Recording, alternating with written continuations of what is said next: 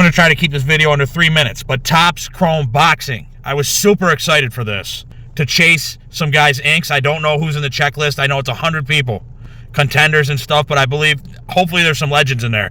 Guys like Roy Jones Jr., you know, guys I watched coming up. I mean, the first fight I ever seen live, Sugar Shane Mosley, Oscar De La Hoya. As a boxing fan and somebody that competed in amateur boxing myself, I was very excited, but I'm going to tell you guys, a big hobby killer. These were $89.99 on the website. I had these in my cart multiple times to cash it out, and it would not let me cash them out. I can't afford to buy a whole case. I was just going to buy a hobby box, or, you know, 2 if I could have. As a huge fan of the, you know, fight sports, I refuse to pay $280. That's what these are all listed as resale on eBay, around $280. I'm not paying it. So this is a big problem with the hobby. It's all about just squeezing everyone for as much possible money as possible. And these cards, usually there's not many cards that are even worth to justify paying that price for the box. I mean, maybe some of these huge chases out of 5 or 10, for the most part, you're not pulling those, or 1-on-1s. This is a big problem with this hobby. It happens with Panini. It happened with Topps Chrome Boxing. And it's not just the resellers on eBay in the secondary market. It's the card shops also. You know, it's your Dave and Adams. It's the big card shops.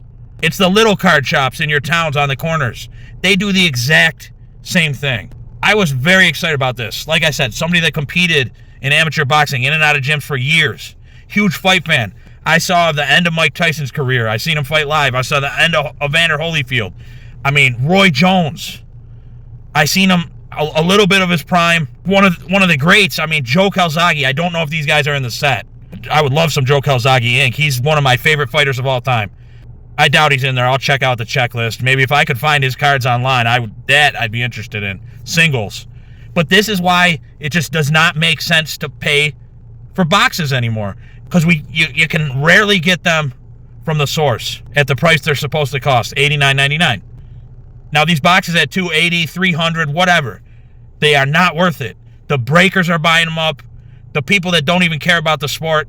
Boxing is not the hugest sport right now. It's kind of a niche thing. Yeah, you know, when every time you hear the certain names, Mayweather, you know, people tune in. Maybe Tank.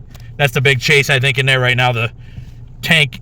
I'm all over the place with this video. I'm just frustrated because, you know, I would have loved to open a few boxes. Not just because I have a channel, but because I love the sport of boxing. It would have been fun to open the boxes. But I kind of had a little hope that the product would linger around longer because boxing isn't as popular. I'm sure these breakers bought 1 million boxes so they can, you know, milk everybody for their money too.